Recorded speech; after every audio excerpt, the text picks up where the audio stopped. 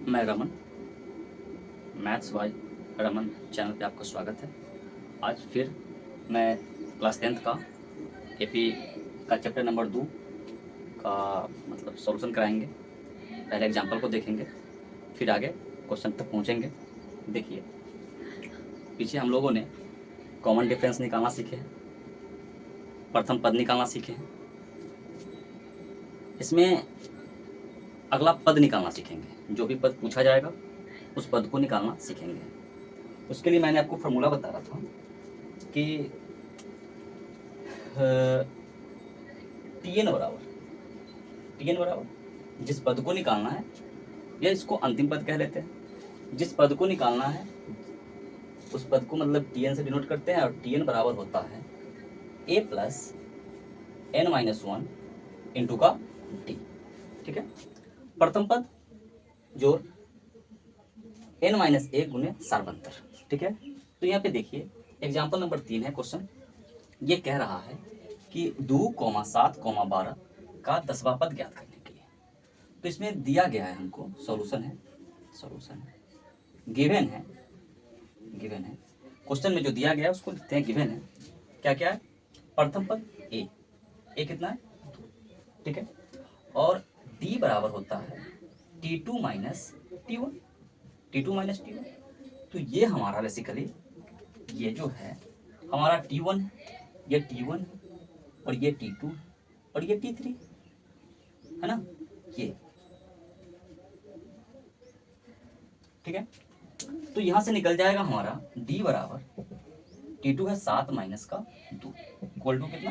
5। 7 में से 2 जाएगा तो 5। हमको 10वां पद बोला है निकालने के लिए, मतलब यहाँ पे n का मान कितना है? 10। ठीक है, तो Tn निकालना है। Tn बराबर होता है Tn बराबर a plus n minus one into t. ठीक है, तो T10 बराबर हो जाएगा a2 plus n minus one 10 minus 1 into t. तो T10 का वैल्यू कितना आ जाएगा? 2 प्लस 9d। जिस पद को निकालना है उसमें से एक घटाकर उसमें कॉमन डिफरेंस से गुना करते हैं, वही आता है। ठीक है, T10 बराबर हो गया 2 प्लस 9 गुना के 5। T10 का वैल्यू कितना आ जाएगा? 2 प्लस 45। T10 बराबर हो गया हमारा 45 और 2 47। ठीक है, कह देंगे कि इस एपी का 10वां पद कितना है? 47। यही आंसर है। ठीक है, एग्जाम्पल नंबर 4 क्या कह रहा है? कह रहा है कि 21, 18, 15 डॉट डॉट डॉट का कौन सा पद -81 है? कौन सा पद -81 है? मतलब -81 जो है ये कितने पद पे आएगा? Tn निकालना है, कौन सा टर्म्स आएगा। साथ ही इस एपी का कोई पद शून्य है? सकारण उत्तर दीजिए। तो सबसे पहला काम तो हमारा यह है कि 81 -81 जो है वो कौन सा पद है। तो यहाँ क्वेश्चन में दिया क्या गया है, सॉल्यूशन में गिवन है a बराबर दिया गया 21, d बराबर होता है T2 माइनस T1 मतलब 18 माइनस 21, और इसका वैल्यू कितना आ जाएगा? d बराबर -3 आ जाएगा। ठीक है, और ये जो है यही ना हमारा Tn है, यही हमारा Tn है। तो Tn बराबर इस पर दिया गया है -81। फॉर्मूला से आएंगे, Tn बराबर a plus n minus one into का टी। तो -81 बराबर हो जाएगा 21 plus n minus one into d का वैल्यू कितना है? -3। और हमको वो n निकालना है, n वेरिएबल है। तो -81 बराबर 21 प्लस -3n और माइनस प्लस 3। ठीक है, ये आ जाएगा -81 बराबर 21 और 3 24। इस दोनों को जोड़ लेंगे 24 और -3, 24 चलाएगा इधर। -81 -24 बराबर -3 है। -21 और -24 को जोड़ देंगे तो कितना आ जाएगा, 4 1 5 -5 8 2 10 बराबर -3n। माइनस से माइनस कैंसिल, n का वैल्यू आ जाएगा 105/3। 3 से काटेंगे, 3 तिया 9, 5 तिया के 15, n का वैल्यू कितना आ गया 35। ठीक है, हम ये कहेंगे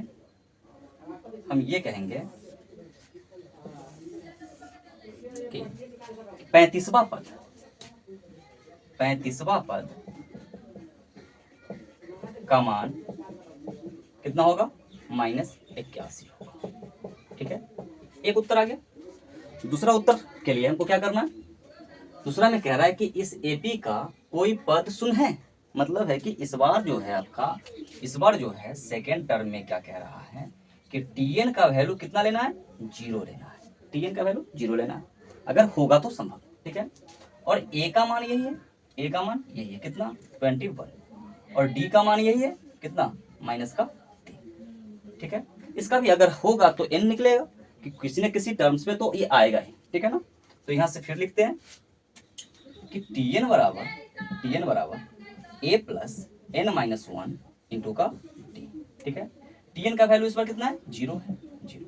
ए का मान 21 प्लस n-1 इंटू का -3। ठीक है, 0 बराबर 21, -3 में n से गुना करेंगे तो -3n, माइनस माइनस प्लस और 3। ठीक है, 0 बराबर हो जाएगा 21 और 3, इस दोनों को जोड़ लेंगे 24 और -3। ठीक है, 24 चलाएगा इधर, -24 बराबर -3n, माइनस से माइनस कैंसिल आउट हो जाएगा। n का वैल्यू कितना आ जाएगा, 24/3। ठीक है, n बराबर 8, ये 8 टाइम में कट जाएगा, n बराबर 8। लिखेंगे कि हाँ इस एपी का 8वां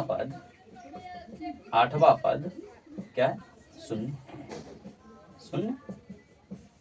ठीक है, 8वां पद इसका शून्य होगा, यही चेक करना है इसमें, और कुछ नहीं, बस 2 टर्म्स थे, 2 क्वेश्चन थे, उसको बना दिया गया। ठीक है, आगे देखते हैं क्वेश्चन नंबर 3 क्या है कि एग्जाम्पल नंबर 5 कह रहा है कि वह एपी निर्धारित कीजिए जिसका तीसरा पद 5 और 7वां पद 9 है। मतलब है कि हमको 2 पद दे दिया गया है, हमको खुद एपी का निर्माण करना है, एक समांतर श्रेणी बनाना है जिसका तीसरा पद 5 आना चाहिए और 7वां पद 9 आना चाहिए। ठीक है, जैसे कि हमको दिया क्या गया है क्वेश्चन में, सॉल्यूशन है गिवन है T3 दिया गया, T3 का वैल्यू कितना 5, और यहाँ पे तथा T7 दिया गया है कितना 9। T3 का मतलब है a प्लस 3 - 1 इंटू डी बराबर कितना 5, a प्लस 2d बराबर कितना 5, समीकरण number 1। a plus n-1 into D है, n का वैल्यू कितना है 3 है, तो 3 में से 1 घटा लेंगे और d से गुना करेंगे तो 2d बन जाएगा। इसी तरह से यहाँ पे बन जाएगा आपका T7 का वैल्यू है 9, तो T7 का वैल्यू क्या हो जाएगा, a प्लस 7 - 1 इंटू डी बराबर कितना 9, a प्लस 6d बराबर कितना, ये समीकरण। अब ध्यान दीजिए, दो समीकरण निकल गया हमको। जब तक हमको a का मान पता नहीं होगा, d का मान पता नहीं होगा, तब तक हम AP का निर्धारित तो कर नहीं सकते।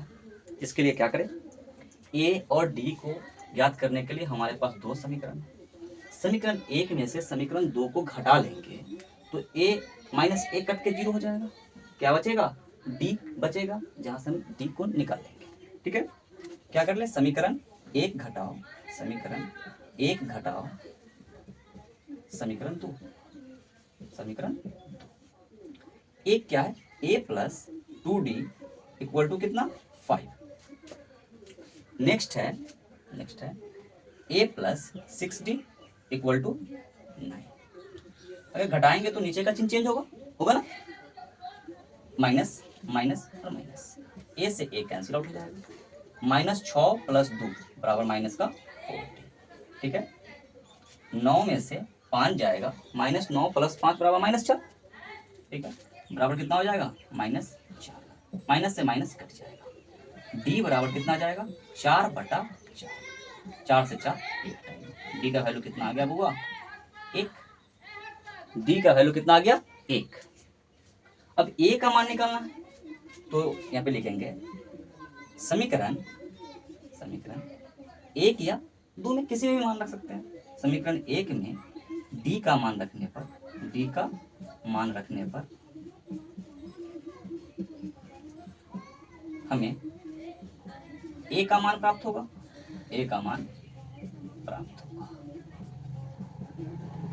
ठीक है। समीकरण एक है हमारा a प्लस 2d इक्वल टू कितना 5। a प्लस 2d इक्वल टू 5। तो a प्लस 2 गुना के 1, d का वैल्यू कितना है 1 बराबर कितना 5। यहां से ये बन जाएगा a प्लस 2 इक्वल टू कितना 5। a बराबर है 5 माइनस 2। a का वैल्यू कितना आ गया a का वैल्यू 3। ठीक है। तो अब क्या करना है कि एपी बनाना है। एपी बराबर ए आ गया डी आ गया। अब हमको एपी का निर्माण करना है। एपी का निर्माण करने के लिए एपी क्या होता है T1 पर T1 हो जाएगा कॉमा T2 होगा कॉमा T3 होगा कॉमा T4 होगा डॉट डॉट डॉट Tn तक जाएगा। आ जाएगा Tn तक जाएगा। ठीक है। n का मान कुछ भी हो सकता है नेचुरल नंबर में। तो T1 बराबर बेसिकली a होता है। ठीक है। और ये a प्लस डी, ये हो जाएगा a प्लस 2d। a प्लस 2d आगे हो जाएगा a plus 3d dot dot dot a plus nd। ठीक है। a प्लस nd नहीं n-1d, n-1 इंटू ये हो जाएगा। तो a का वैल्यू कितना 3 कॉमा 3 प्लस 1 कॉमा 3 प्लस 2 गुना 1 कॉमा 3 प्लस 3 गुना 1 comma dot dot dot 3 plus n-1 into 1। Common difference का वैल्यू कितना 1। तो ये हो जाएगा 3 comma 3 1 4 comma 3 2 5 comma 6 comma dot dot dot 3 plus n-1। ये बन जाएगा एपी जो मेरा बनेगा। वो एपी क्या बनेगा 3 comma 4 comma 5 comma 6 dot dot dot 3 में से 1 घट जाएगा तो कितना बचेगा 2 प्लस। ठीक है। और ये आंसर है। ठीक है।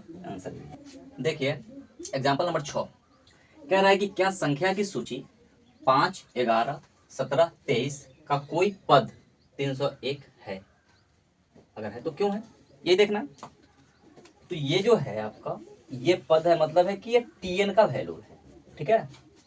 किसी भी टर्म्स का a बराबर कितना दिया गया a बराबर दिया गया है 5। d बराबर होता है T2 माइनस T1। तो यहां से आ जाएगा 11 माइनस का 5 इक्वल टू कितना 6। एपी में 17 में से 11 जाएगा 6, 23 में से 17 जाएगा कितना 6, मतलब एपी में है। और Tn का वैल्यू दे रखा है कितना 301। अब ये देखना है कि अगर n का मान कोई धनात्मक पूर्णांक आ जाए तब यह एपी में होगा। एपी में ये Tnवां पद होगा। अगर एपी का जो n का जो वैल्यू आएगा अगर धनात्मक पूर्णांक नहीं आए तो क्या हो जाएगा यह 301 पद इसका हिस्सा नहीं है। ठीक है। निकालते हैं। Tn बराबर a plus n-1 into D. Tn का वैल्यू कितना 301 लेना है। 301 बराबर a का value 5 plus n-1 into d का वैल्यू कितना 6। 301 बराबर 5 प्लस 6n माइनस 6। ठीक है। Minus 6n minus 6। 301 बराबर 5 में से 6 जाएगा तो कितना बचेगा माइनस का 1 और प्लस 6n। ये 1 इधर चला आएगा तो 301 और माइनस इधर आएगा तो क्या हो जाएगा प्लस 1 बराबर 6n। 302 बराबर हो गया 6n। यहाँ से अगर हम n का मान निकालना चाहें तो n बराबर 302, 6 गुना में इधर आएगा तो भाग में हो जाएगा। n बराबर इसको काटेंगे तो 36, सॉरी 6×5 = 30, 0.66 आ रहा है। ठीक है, n बराबर 5.50 पूर्णांक चाहे 0.66 आ रहा है। यहाँ पे लिखेंगे कि चूंकि देखिए n का जो मान आया वो धनात्मक पूर्णांक नहीं आया ना। पूर्णांक का मतलब या तो ये 50 होना चाहिए था या फिर 51 होना चाहिए था। इसमें पॉइंट आ गया, पॉइंट के कारण यह धनात्मक पूर्णांक नहीं हुआ। लिखेंगे चूंकि n का मान धनात्मक पूर्णांक नहीं, अतः 301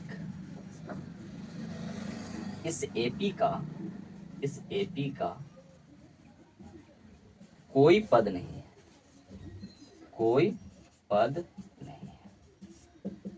ठीक है। एक कारण है। एग्जाम्पल नंबर 7, 2 अंकों वाली कितनी संख्याएं जो 3 से विभाज्य है। ठीक है, तो पहली बात है कि 2 अंकों वाली संख्या होगा कौन। 2 अंकों वाली संख्या 10 से शुरू होता है और कहाँ तक जाता है, 99 तक, क्योंकि इसके आगे आ जाएगा 100 और इसके आगे आ जाएगा 9। ये 1 अंकों की संख्या है और ये 3 अंकों की संख्या है। ठीक है, तो 2 अंकों की संख्या आ जाता है 10 से लेकर के 99 तक की संख्याओं को क्या कहते हैं, 2 अंकों वाली संख्या कहते हैं। इसमें कह रहा है कि 2 अंकों वाली कितनी संख्या 3 से विभाज्य। 3 से विभाज्य के लिए जो 3 के टेबल में आना चाहिए, 3 का अपवर्त्य होना चाहिए, तो ये आ जाएगा 3 से 12, 15, 18, 21 ... कहाँ तक, 99 भी आ जाएगा। ठीक है, तो कितनी संख्या है, मतलब है कि यह है कि एपी में देखिए 15 में से 12 जाएगा 3, 18 में से 15 जाएगा 3, 21 में से 18 जाएगा कितना 3। तो n निकालना है हमको, क्या निकालना है, n निकालना है कि 3 से विभाजित होने वाली कितनी संख्या है ना, कितनी संख्या है, यही क्या है, n है। ठीक है, n है। तो a का वैल्यू दिया गया है 12, d का वैल्यू पता है कितना 3, और tn लास्ट पद को क्या बोलते हैं, tn बोलते हैं। tn मतलब 99। इसी की मदद से निकालेंगे। तो tn बराबर होता है a + n - 1 × d। ठीक है, 99 = 12 + n - 1 × 3। 99 = 12 + 3n - 3। 99 बराबर 12 में से 3 जाएगा तो कितना बचेगा, 9 + 3n। 9 चलाएगा इधर तो 90 - 9 = 3n। तो ये हो जाएगा 99 - 9 3n, और 90 बराबर कितना हो गया 3n। n बराबर 90/3।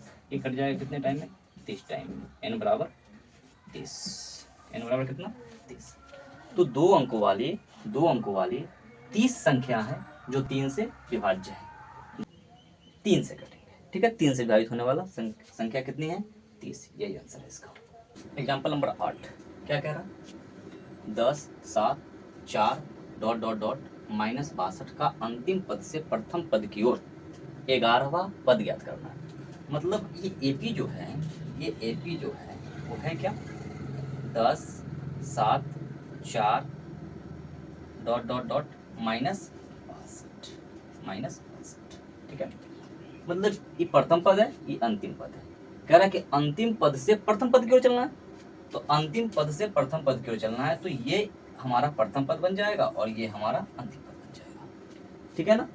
तो इस समय क्या चल रहा है कि 10 से हम -62 की तरफ चल रहे हैं।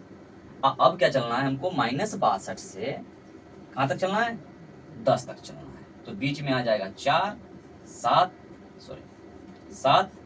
4 और 10। ठीक है, और कैमा पद निकालना है, 11वां पद निकालना है। तो इससे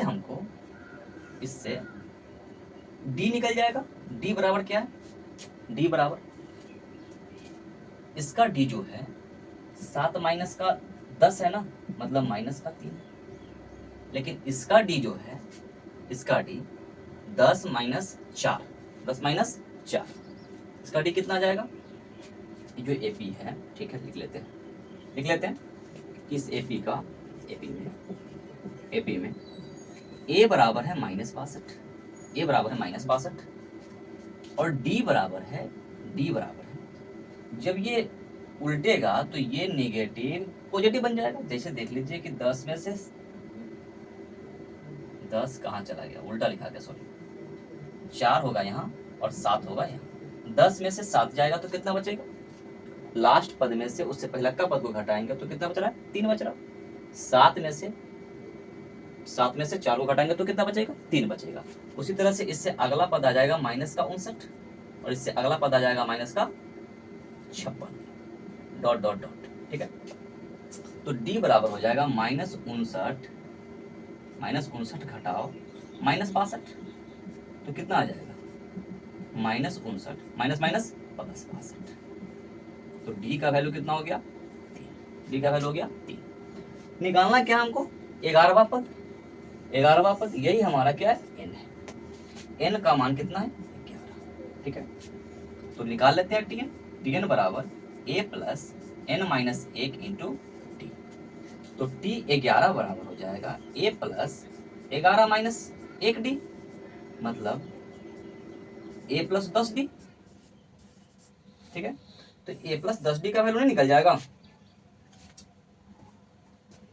t 11 बराबर हो जाएगा a का वैल्यू -62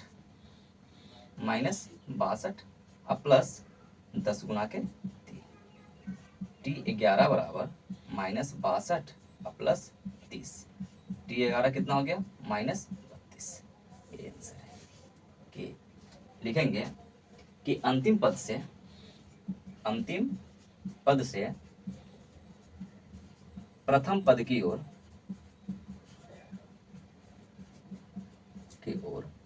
11वां पद कितना है? -32, ठीक है।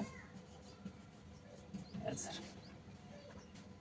अगला देखते हैं एग्जाम्पल नंबर 9 देख लेते हैं। कह रहा है कि 1000 रुपए की एक धनराशि 8% की वार्षिक साधारण ब्याज पर निवेश की जाती है।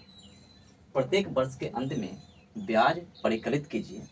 क्या यह ब्याज जो है एपी बनाते हैं? यदि ऐसा है तो तथ्य का प्रयोग करते हुए 30 वर्षों के अंत में ब्याज को परिकलित कीजिए। पहली बात है कि साधारण ब्याज है, साधारण ब्याज निकालेंगे। साधारण ब्याज का एक फॉर्मूला होता है, साधारण ब्याज बराबर साधारण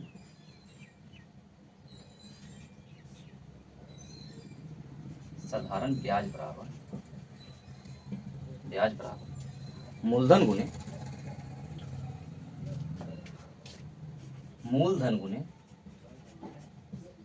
समय गुने दर बटा में 100, ठीक है। इसका प्रयोग करेंगे हम लोग। यहां से साधारण ब्याज निकल जाएगा, जिसमें ये जो है हमारा मूलधन है, गिवन है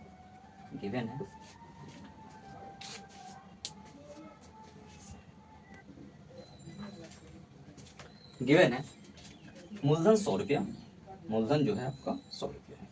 100 रुपया है, 1000 रुपया, एक ही जा रहा है ना। मूलधन बराबर 1000 रुपया। ये हमारा दर है, ये हमारा क्या है? दर है। और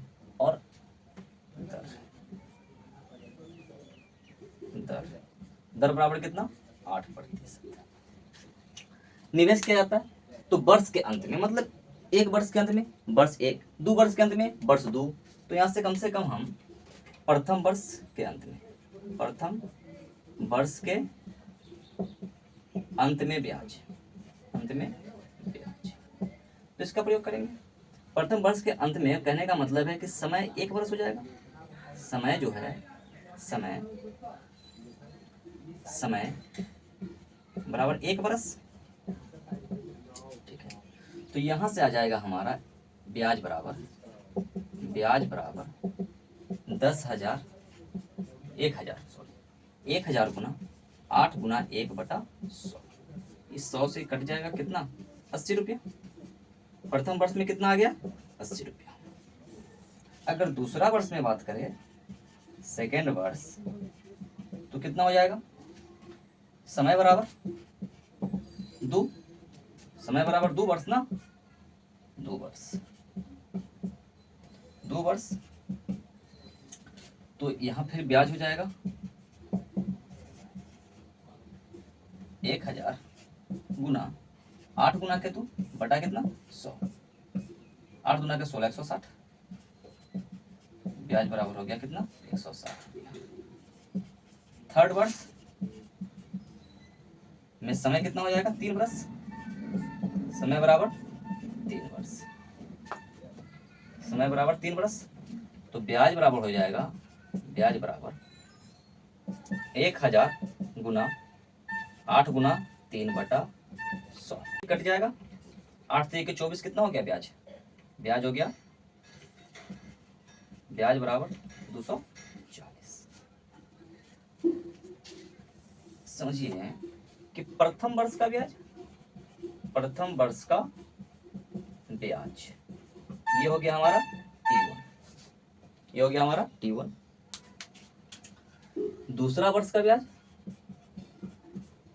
ये हो गया हमारा T2। और तीसरा वर्ष का ब्याज ये हमारा हो गया T3। प्रथम वर्ष का ब्याज है हमारा कितना 80 रुपया 80 रुपया। और ये है हमारा 160 और ये है 240। ये देखना है कि एपी में है या नहीं है। तो चेक कर लेते हैं कि एपी में है या नहीं। तो क्या करना है कि T2 माइनस T1 बराबर होना चाहिए T3 माइनस T2। चूंकि T2 माइनस T1 बराबर T3 माइनस T2 है या नहीं ये चेक करना है। ठीक है। तो T2 है हमारा 160 माइनस 80 बराबर 240 माइनस 160।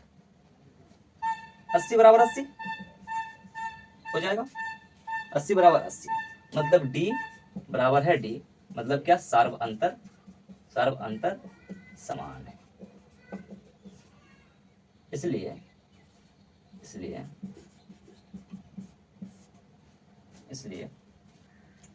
प्रत्येक वर्ष के अंत में ब्याज ये ब्याज एपी बनाते हैं अब क्या करना है कि अगर एपी में है तो ऐसा है तो तथ्य का प्रयोग करते हुए 30 वर्ष के अंत में ब्याज को परिकलित करना है। तो 30 वर्ष के अंत में ब्याज को परिकलित करने के लिए क्या करना होगा हमको T30 निकालना होगा। और T30 का मतलब क्या है T1 का मान एक प्रथम वर्ष का ब्याज, T2 का मान दूसरा वर्ष का ब्याज, T3 का मान तीसरा वर्ष का ब्याज। समझ रहे। और T30 का क्या मतलब T30 का मतलब हो जाएगा 30 वर्ष का ब्याज। कितना 30 वर्ष का ब्याज यही निकालना है 30 वर्ष का ब्याज। चलिए ठीक है इसको मिटा करके आगे बनाते हैं।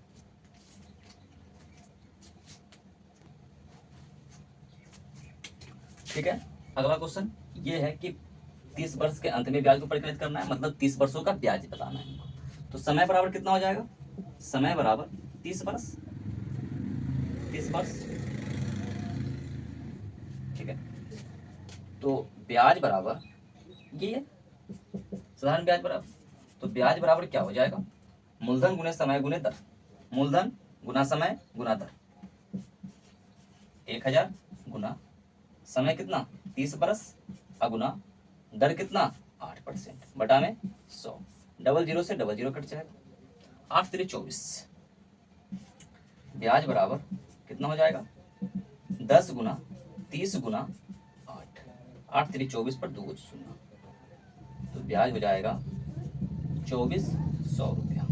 ठीक है लिखेंगे कि इस मूलधन एवं दर पर 30 वर्षों का साधारण ब्याज बराबर कितना 2400। यही आंसर है। ठीक है, आज बस इतना ही, आगे आगे क्लास में देखा जाएगा। चैप्टर 2 लेकर के 5.2 लेकर के आएंगे चैप्टर का क्वेश्चन, एग्जाम्पल था आज के क्लास में। ठीक है, मिलते हैं अगला वीडियो में, बाय।